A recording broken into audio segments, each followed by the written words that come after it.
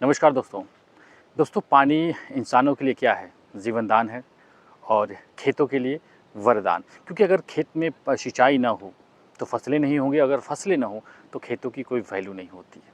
दूसरी तरफ दोस्तों, अगर खेतों की अच्छे से सिंचाई हो रही है तो जो किसान के जो चेहरे पे है ना वो मुस्कान होती है। और इसी अमृत को दोस्तों सहेजने के लिए हमारे देश में डैम या बाँध बनाए गए हैं।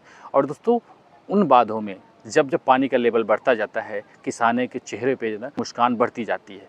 क्यों? क्योंकि अगर डैम में पानी होगा तो समय से खेतों की सिंचाई होगी, और जब समय से खेतों की सिंचाई होगी तो अच्छी फसलें होंगी। जब अच्छी फसलें होंगी तो किसान के हाथ मजबूत होंगे। लेकिन दोस्तों यही पानी कब विष बन जाता है, आज मैं वो आपको दिखाऊँगा। क्योंकि दोस्तों जब डैम में पानी बढ़ जाता है, खतरे के निशान से ऊपर हो जाता है, तब इस पानी को इकट्ठा नहीं, एक ही बार में पूरी तरह से नालों में झोंक दिया जाता है। और वो मोर नाले हैं ना, वो गाँव से जुड़े होते हैं। और जब गाँव से जुड़े होते हैं और अचानक से पानी जब डैमों से छूट जाता है और गाँव में भर जाता है, तो गाँव में बड़ी विकट परिस्थितियाँ पैदा हो जाती हैं। क्योंकि अगर गाँव में पानी घुस जाता है, सबसे पहले जानवरों को तकलीफ़ होती है, क्योंकि वो तो ज़मीन पे रहने वाले होते हैं, उन्हें सुरक्षित जगहों पे पहुँचाने होते हैं। और दोस्तों जब अगर पानी खेतों में भर चुकी है तो धान की फसल, ज़्यादातर पानी धान की फसल में बारिश के समय में होती है, तो अगर वो डूब जाएंगी तो फसलें नष्ट हो जाएंगी, या कुछ और भी फसलें हों तो वो सारी फसलें नष्ट हो जाती हैं। तो आइए दोस्तों देखते हैं कि जो हमारे पीछे जलाशय है वो दोस्तों 11 साल बाद भरा हुआ है। और भरा ही नहीं दोस्तों, आज वो तबाही मचा रहा है। तो 11 साल बाद कोई डैम तबाही मचा रहा है, और आज हम देखेंगे कि किस तरह वो जो पानी अमृत था खेतों के लिए भी, आज वही उनके लिए विष और अभिशाप बना हुआ है। तो दोस्तों जैसा कि आप देख रहे हैं कि पानी अपनी पूरी शबाब पे है।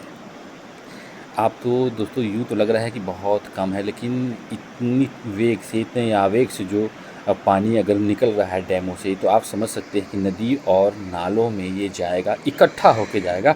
और नालों की जो, नदी नालों की जो कैपेसिटी होती है ना, वो एक सीमित होती है। और जब सीमित कैपेसिटी में होती है तो नालों या नदी से पानी भर जाता है और फिर खेतों में जाने लगता है, और धीरे धीरे फसलें डूब जाती हैं। और जब फसलें डूब जाती हैं तो फिर गाँव में घुस जाता है और तबाही मचाता ही मचाता है। तो आप देख लीजिए कि ये आवाज़ें, पानी बहती हुई ये आवाज़ें आपको कहीं से भी अगर सुनाई दे तो आपको ऐसा प्रतीत हो जाएगा कि वहाँ से बहुत तेज़ रफ्तार से पानी जा रही है।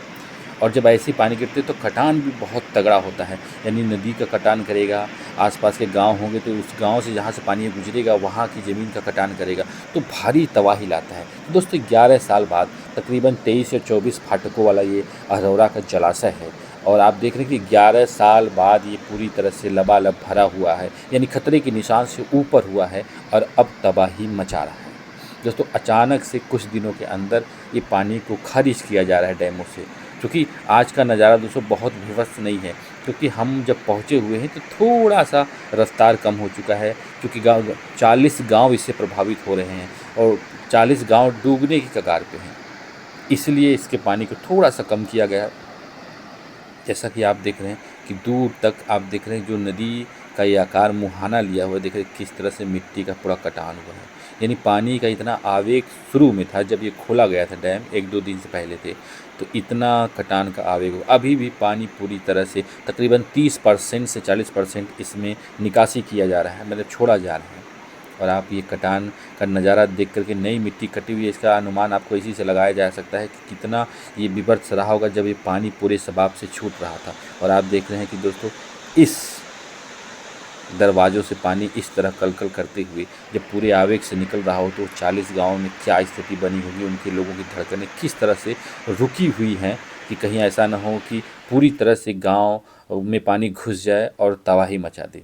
तो जैसा कि देख रहे हैं दोस्तों, इतना लंबा फाटकों वाला ये डैम है अरोरा जलाशय, जिसका एक वीडियो हम आपको पहले भी दे चुके हैं। और अगर संपूर्ण भ्रमण चाहते हैं आप जलाशय का, तो दोस्तों आपके सामने है संपूर्ण, वो वीडियो जाके देखिए, संपूर्ण जलाशय का भ्रमण कीजिए कहाँ से है। लेकिन जहाँ तक देख रहे हैं कि दूर तक जहाँ तक हमारी नज़रें जाएंगी, इस वक्त इस डैम में पानी ही पानी है। पहाड़ों के बीच में बसा हुआ है खूबसूरत अरोरा जलाशय, और पूरी तरह से 11 साल बाद लबाब हुआ है। और आप देख सकते हैं कि पूरी शबाब में है। सैलानी इतने ज़्यादा इसे देखने के लिए उत्सुक थे, क्योंकि 11 साल बाद ये भरा हुआ है। लेकिन प्रशासन ने रोक लगा दिया है कि कहीं ऐसा ना हो कि इस ब्रिज के ऊपर इतने ज़्यादा पब्लिक हो जाए कि कहीं ब्रिज को ही नुकसान न पहुँचे। इसीलिए अब आम पब्लिक के लिए रोक दिया गया है। दूर से जो नज़ारा दिख सकता है वही मैं आपके सामने पेश कर रहा हूँ, क्योंकि अब उन रास्तों पे जाने की परमिशन किसी भी को भी नहीं है। तो आप देख रहे हैं हर तरफ से पानी भरा हुआ है। अब ये सड़कें घुमावदार हैं, तो आगे भी जलाशय काफ़ी दूर तक है। और ये देख लीजिए कि जहाँ तक हमारी नज़रें जा रही हैं वहाँ तक पानी ही पानी है। तो दोस्तों इतना इस समय पानी भरा हुआ है, इतना खतरनाक ही हो चुका है ये अहरौरा का जलाशय। कभी जो सूखा रहता था आज वो अपने पूरे शबाब पे है। आपके सामने है 24 फाटकों वाला ये अहरौरा जलाशय। तो दोस्तों आज की वीडियो में बस इतना ही। मिलते हैं नेक्स्ट वीडियो में, तब तक के लिए नमस्कार।